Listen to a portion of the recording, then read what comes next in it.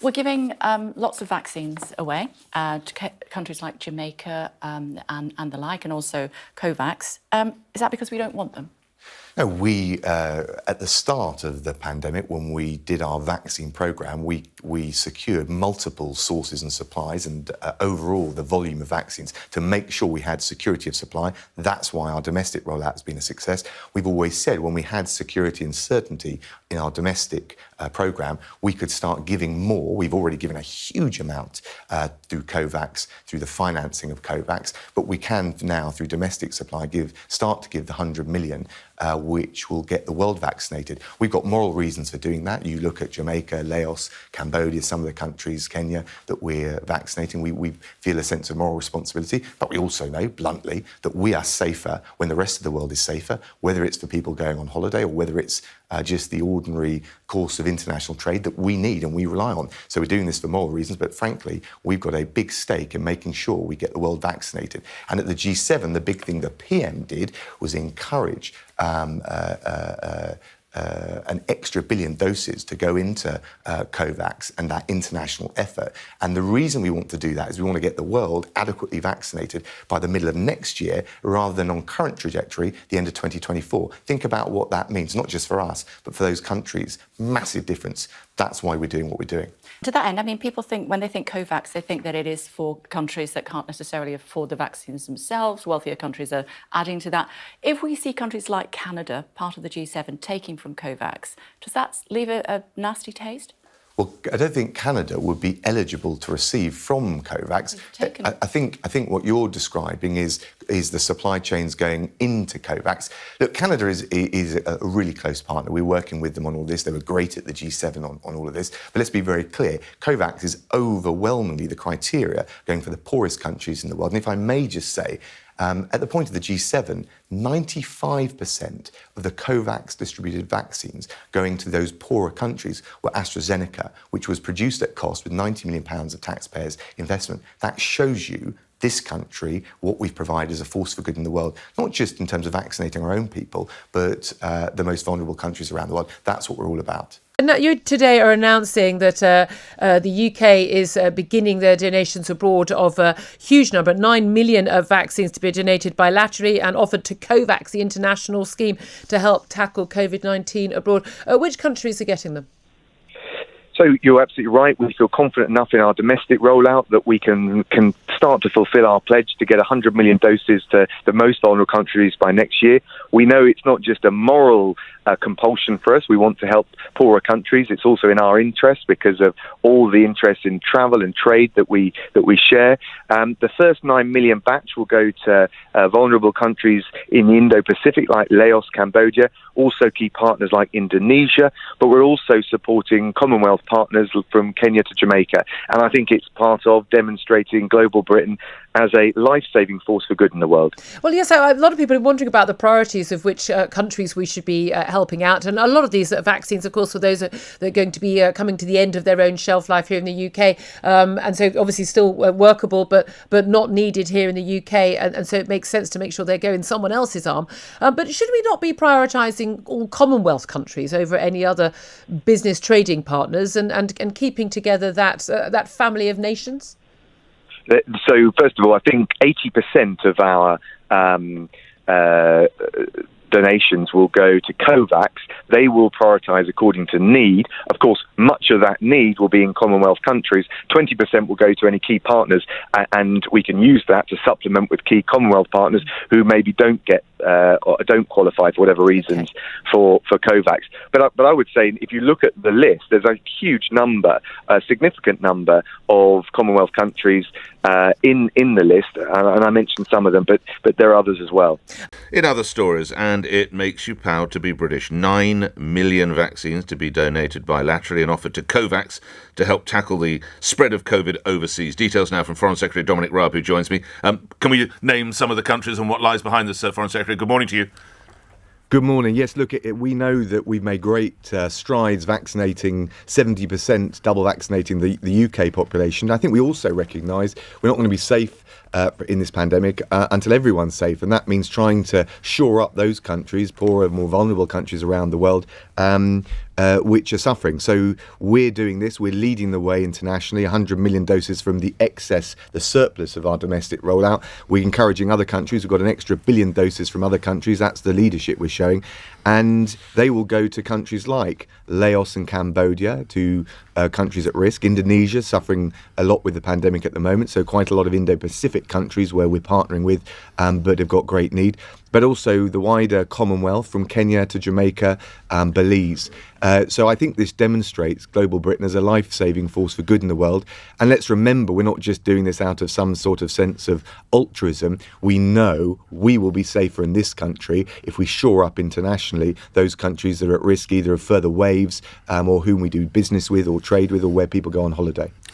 Bring me back to today. The EU and the US, we're opening our borders to them. Experts are saying there's a clear public health risk by doing that. Why does the government think otherwise? Well, first of all, we've double vaccinated 70% of the adult population here. So we're confident as we come out of lockdown in this country that we're in a much stronger position. And of course, it's only in relation to those who have got an FDA-approved double vaccination from the US, and indeed it applies to EMA-approved double vaccinated people from the EU. It is part of the sure-footed, steady easing out of lockdown. And of course, that includes international travel for economic reasons, for various other things. Yeah, but what about those pesky variants? We don't know they're here until they're here. And then countries like Hungary, they use the Sinopharm vaccine. Are you comfortable with that? Well, we've said that they would have to be US FDA-approved double vaccines or EMA, and neither those two vaccines that you described have been authorised by those regulators. So actually, I think that demonstrates we've looked at this very carefully. And as far as the variants are concerned? Look, we keep an eye on the variants, but because of the 70% double vaccination of our population, and because we're insisting only people from the US, the EU, and perhaps in due course, as we build up confidence in the system, other countries, we proceed on that basis. Because it's people that are double vaccinated, we believe we've got the right level of security and assurance against people who might be at risk of the variant coming in from abroad.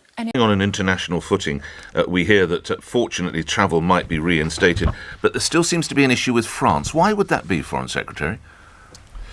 Well, we look at the data very carefully. There's been an issue with the beta variant, but the truth is this is for the medical and scientific experts, the so-called Joint Biosecurity Centre to look at, along with PHE and the other data we get, and they will take a look at all of those traffic light rankings, if you like, for countries next week. So there'll be a review towards the end of next week, and they'll be able to assess that very carefully. I don't need to tell you that France is a very popular holiday destination or travel destinations, around 12 million visits a year from Britain. The data in France, as you're probably aware regarding beta, is based on figures from the Reunion Island, which you'll know where that is. It's in the Indian Ocean. Why are we allowing the figures from France to come from somewhere 6,000 miles away from the mainland?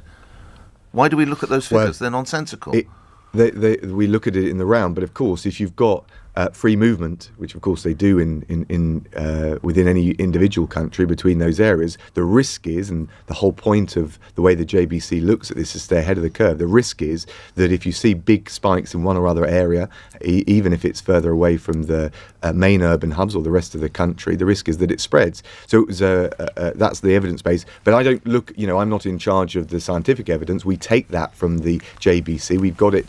It's provided to us. And of course, you're right in terms of saying that the data shifts. That's why they'll look at it again next week. No one wants to get France onto amber or even the green list more than I do, but I think it's right to take the evidence from the experts about the variants and the risks that they pose. So hand on heart, you think that they might move from amber plus next week? France, that is?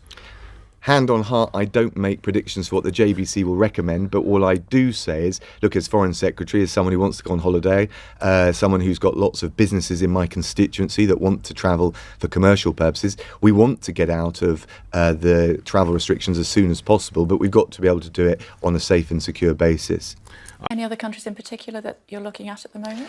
Well, it's interesting. So already overnight, I've had foreign ministers message me saying, we've noticed the announcement. What can we do to do this on a reciprocal basis? I think the key thing about the EU countries and the US, they're countries where we've got high trust in the mechanism for verifying double vaccination. Those are the kinds of countries that we'd want to pursue in the future. OK, like? I'm not going to speculate at this stage, but what I'm saying is about high-trust countries, let me put it precisely this for way. the Who reasons called you you? gave.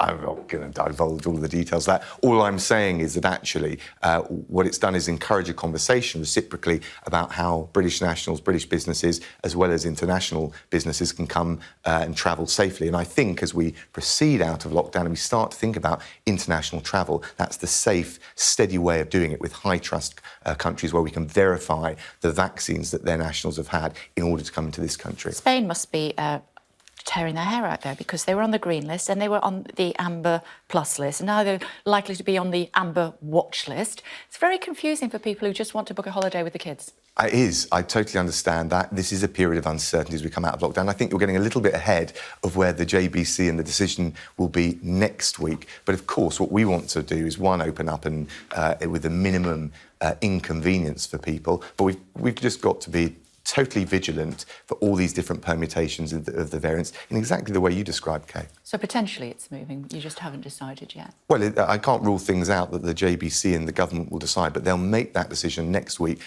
in terms of the traffic light system for all the relevant countries. But I think, personally, feels like the momentum forward is positive because, as I say, because the double vaccination reaching 70% of the adult population in this country, we've done the job we had to do domestically, and as we see other countries catch up, if you like, I think we're increasingly confident that more countries will go either on amber or onto green. But how soon are we expecting the US to open up to UK citizens?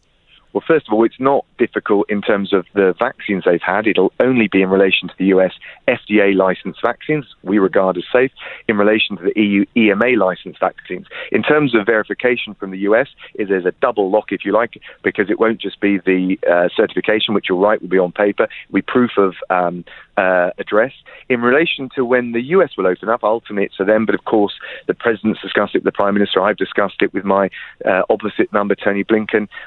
We want that to happen as soon as possible with the US and indeed other countries. But I would just finally make this point. It's because we're taking this step forward with high trust partners that I'm already getting contacted by foreign ministers from other parts of the world saying, we want to get on your list of double vaccinated travel and can we talk about reciprocal arrangements? Okay. So I think it will be a safe way to make confident steps forward. Okay. When do you think we can travel around the world again?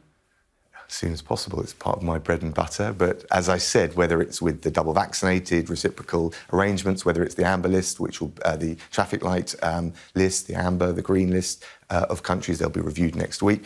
We'll get there. We won't get there in one fell swoop. We'll get there incrementally, steadily. That's the safe way to do it. Okay, good. As of the 16th of August, I wouldn't even have to get a test with no symptoms, and I wouldn't have to self-isolate. Why would that be safe on the 16th of August, but it isn't safe today? So we looked at this very carefully when we proceeded to step 4. I remember discussing it myself personally, and the case for just waiting a little bit longer to allow people double vaccinated to avoid self-isolation if they're contacted by NHS track and trace is simply to allow us to increase the double vaccination numbers over the course of that month.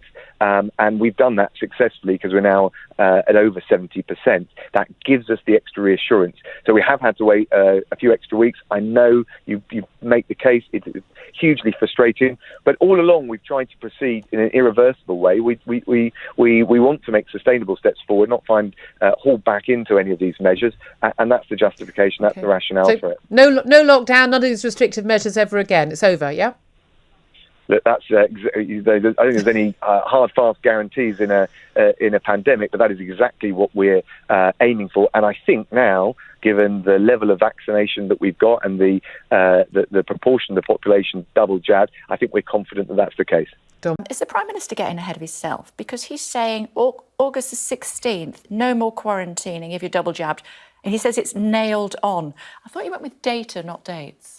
Well, we said as we came through the roadmap and we came to step 4, that come the 16th of August, we would take that step. I think what he's demonstrating is none of the data is pushing against relaxing that easing up of the test and trace system for those who are double vaccinated. It also reflects not just the levels of transmission and what we know about the link between cases and hospitalisations, but it's also, again, we come back to that key point, Kay, we've got 70% of the adult population double vaccinated. Sure. That's what gives us the assurance that is data-led. Okay, so why do we not do it now rather than on the 16th of August? Because one of your scientific advisors who came up with the jabs, and his name is Sir John Regis, for the benefit of our viewers, medicine professor at Oxford, he says it's causing so many problems, this lockdown, quarantining, if you will, whatever you want to call it, and actually daily testing is the way forward. We are doing daily testing, but I think the answer to your question, why do it now, not in, say, 2.5 weeks' time, it's just we know and we can project how many people broadly will have double vaccinated, and that's the level of reassurance we want to get to. I know it's been frustrating. I know it's been an inconvenience. There's been lots of things in this pandemic that have been inconvenient, but the truth is the whole tide, whether it's domestic restrictions, international, is going in the right direction of opening up. But we do need to just be careful, make sure we do it at the right time. Yeah, but, you know, I mean, the bottom line is we're allowing foreigners in the country, but we're keeping Brits locked up. Well, I'm not sure we're keeping Brits locked up. 2 million. Well, it's not quite locked up, is it? Well, you can't leave home. Well, how would you describe it? Look, the reality is, if you're double vaccinated, come the 16th of August, all of that test and trace will not apply. Of course, people coming into this country, all of those rules around test and trace would apply anyway. So there's no double standards here. But of course, we've got to keep a tight grip on what's happening domestically. 16th of August is the point at which, with the level of the vaccinations, we feel comfortable releasing that. It's only 2 weeks away. And of course, there's always the Goldilocks syndrome where some people say we're going too quick, some people too slow. I think what it demonstrates overall is the trajectory out of lockdown, the trajectory of easing up is sure-footed, steady, irreversible, evidence-based. That's the way we've got to go. Thinking about prioritising based on need, one could argue that to anyone, you know, over the age of 60 or 70 in any other country around the world is more in need than, say, an 18-year-old here in the UK. And yet so much pressure is now on young people. We're told by one of your colleagues, Michael Gove, the Cabinet Office Minister, they're selfish if they don't go out and get the vaccine. Do you agree with him? So we've got 70 million people, 70% of the adult population, forgive me, double jabbed. And I think what I'd say is, look, this shows it works, it's successful, it's safe, indeed, it makes you safer. So I would say to anyone, particularly young people who haven't yet had it done or who have felt, for whatever reason, nervous about it, look, get the jab. It's good for you, it's in your own interest, but it's also in the interest of your family, your friends, and the country at large. So we want to get that percentage of double jabbed adults up beyond 70%, and the quicker we can do that, the more life gets closely back to normal. So it's okay in your mind to threaten to withdraw freedoms of just fundamental basic freedoms that people have in our society, to separate people based on their medical history and what they're willing to show. That to you is justified in order to boost that uptake of the jab. Could we not try other methods, a bit more cajoling, a bit more persuasion, a bit more education, rather than the stick, a bit more of the carrot? Oh, no, I totally agree with you. The emphasis has got to be on demonstrating this is safe, this is in your interest, this is the right thing to do. It's not going to harm you in any way. Far from it, it will be in your interest. That is the overwhelming thrust of what we should, of our message and what we want young people to hear and see. And I think you're right. It's a mixture of coaxing and cajoling to get those who haven't, for whatever reason yet, had the vaccine to get it. But I do think we can demonstrate now confidence in the system, having got 70% of the adult population double vaccinated. So hopefully we've got the right mix of tools, but I would say to any of your listeners, get the jab. It's in your interest. It's in your family's interest. Yeah, I mean, I'm double jabbed. I didn't need to be coaxed or cajoled to do it. I know many young people in my office in their 20s and 30s, frankly, they're desperate to find somewhere where they can get their second jab as soon as they can, because they'd love to be able to travel, and also they want to be able to protect other members of the community. But threatening to take away your right to go to a concert, a sports match, possibly even your right as a student to go into halls of residence or to go to a lecture hall, that's not coaxing or cajoling, that's a threat. Is that appropriate in a modern liberal democracy? I know it's happening in France, in other countries, but one of the reasons I think that you and I were both Brexiteers, Mr. Raab, was because we believe in the relationship of the individual to the nation state. Doesn't a vaccine passport, which is being threatened by your government, doesn't that fundamentally completely break the relationship that we as individuals have with the British nation state? you know what? I share many of your instincts, but I don't agree in this case. And I'll tell you why. First of all, at the moment, you can't go to those pop concerts and some of those things because we can't host them yet, precisely because the risk of transmission and the impact it might have on hospitals is too high. We want to get to a position where we open up those opportunities, if you like, sort of emancipate people further, particularly with those social things people want to do. And the question is whether we can achieve that for more people if we say, well, at least to begin with, we can only do it reliably and sure-footedly and safely if you've had a double vaccine to go there. And that is because we always, in this kind of situation, are balancing individual liberties with the liberties of everyone else. I don't think there's any escaping that formulation. I understand the way you put it, I think, in this case.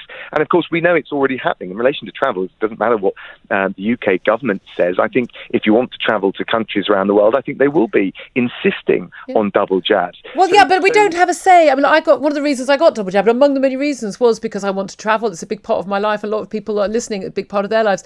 But there's a very big difference between making a decision, OK, well, I'll go to this country. They require me to have a certain jab, whether it's yellow fever or COVID, and I'll agree to do it or not agree to do it. It's a very different thing when it's a relationship you have with your own state and your right as a citizen to go about your normal daily business. We're seeing some evidence that's coming out of the CDC in America that they believe that actually if you're double jabbed with the Delta variant specifically, which of course is pretty much all of our cases here in the UK and rapidly is spreading out as the dominant virus around Europe and America, that actually you are no less able to not pass it on than someone who is not double jabbed. The jab is mainly about, and was rolled out originally, to protect yourself rather than others, in which case that removes all the justification for a vaccine passport, doesn't it?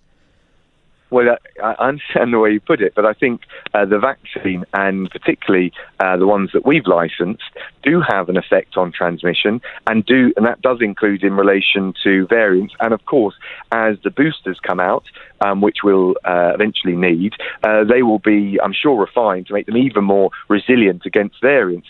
But there's no escaping the basic conundrum, which is that while, particularly as we go through the autumn, where we know as we've exited step 4 of lockdown, with opening up almost all social restrictions, that we'll see an increase in cases, we've just got to make sure that we don't just weaken but sever the link between that and hospitalisations. I think if we got to that stage, we'd be in a totally different position. Until we have, we're going to need to have some safeguards to protect the country as a whole and the NHS as a whole. And I'm afraid this debate falls into that small category of things that we do need to consider, hopefully only temporarily, but I do think it's an important safeguard to make sure we go forward and not find ourselves stuttering or making steps back. But the chairman of PwC Accounting has said that if young people don't return to the office soon, that they will be blighting their careers. Do you think they will? Well, I think with young people and the way employers speak to their employees, we should use sensitive language. I think young people have borne a huge brunt during this pandemic. I know, talking to students, young people who have graduated and going into the job market. And I think the message we want to send is that in terms of going back to work, yes, of course, employers will take these decisions, but we want to encourage people and we want to give them the reassurance and the confidence to go back to work. Certainly that's I think the message the government will want to say. So do you think his words were insensitive? Well, I haven't seen the whole context, but I certainly I certainly think that we should be encouraging young people to get the vaccine, making sure the workplaces are COVID secure, confident environment for people to return to. And certainly I know this as an employer in the SCDO, and I've got a huge network internationally as well as domestically. What I want to do is build up confidence rather than, if you like, take a stick approach and say you've got to get back into the office. Because people are still feeling their way and people have understandable anxieties. I think we are in a position to give reassurance, and that's where the focus should be. Further, Google, Netflix, among others, are saying that staff need to be double jabbed before they return to work in groups. Do you think that's a good idea? But we want everyone to be double jabbed. But should it be a rule that you can't go back to the office until you've been double jabbed, and then you're protecting others as well as yourself? Well, I can understand why employers think that would be a smart policy or approach to encourage. Whether or not there should be hard and fast legal rules, I think we need to look at carefully. But our message is overwhelmingly get the jab. We've got we've announced the first batch of 100 million doses that we're distributing abroad to get the world vaccinated. Come into that in a sec. But I think it shows you the message in this country globally is get vaccinated. Life gets back to normal much more swiftly in a much more confident way if people have got 2 jabs. OK. Would you be content with that proposal for the FCO, that people would be double jabbed before they came back to work? Well, we're encouraging everyone to get double jabbed, and certainly we've done that at Post. We've made sure, if you think around the world, we've got as many people double vaccinated as possible. Of course, you've got to look at the individual circumstances. There may be health reasons why people don't. I'd want to be quite sensitive about that. But for those people that can't get vaccinated for health reasons, it's probably a different set of considerations that apply anyway. On the subject of the Royal Yacht, of course, the return of, if you will, of the Royal Yacht, this project, he's a huge fan. Are you? What do you think it would bring to Great Britain? It's a lot of money, isn't it?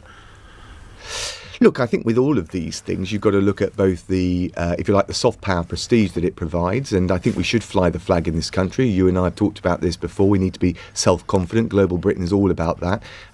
We ought to be flying the flag, whether it's the diplomatic representation we have, or when we're doing this life-saving work with vaccines, we should be proud of what we're doing.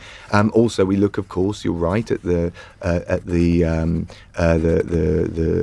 cost basis, the value added, and we combine both of those things. If you like, the strategic value added, and then the cost of these things. That's the conversation that we have in government. I mean, the cost has gone up. It is reported this morning. Have you seen the figure that it's at now, Foreign Secretary? I'm not directly responsible for it, but I'm not surprised that it's a significant expenditure. Yeah, it's 200. It is reported it could have risen to £250 million. Would you say that's money well spent? I think, as I said, you've got to look very carefully at what we get for bang for our buck. No, I did hear that, Foreign Secretary. It's just, do you think that would be money well spent? £250 for a new Royal Yacht? I think it's easy to underestimate the work that the Royals do. The way that they, if you like, the soft power that they yield on our behalf. And I think we consistently underestimate what they do. I was at, we've got this global education summit that we're hosting with the Kenyans over the next 2 days. The Princess Royal was there last night. I obviously phrased the question badly. My question wasn't about the value of the royal family, because I'm absolutely on the same page with you there, Foreign Secretary. My question was, is it worth £250 million for a new Royal Yacht?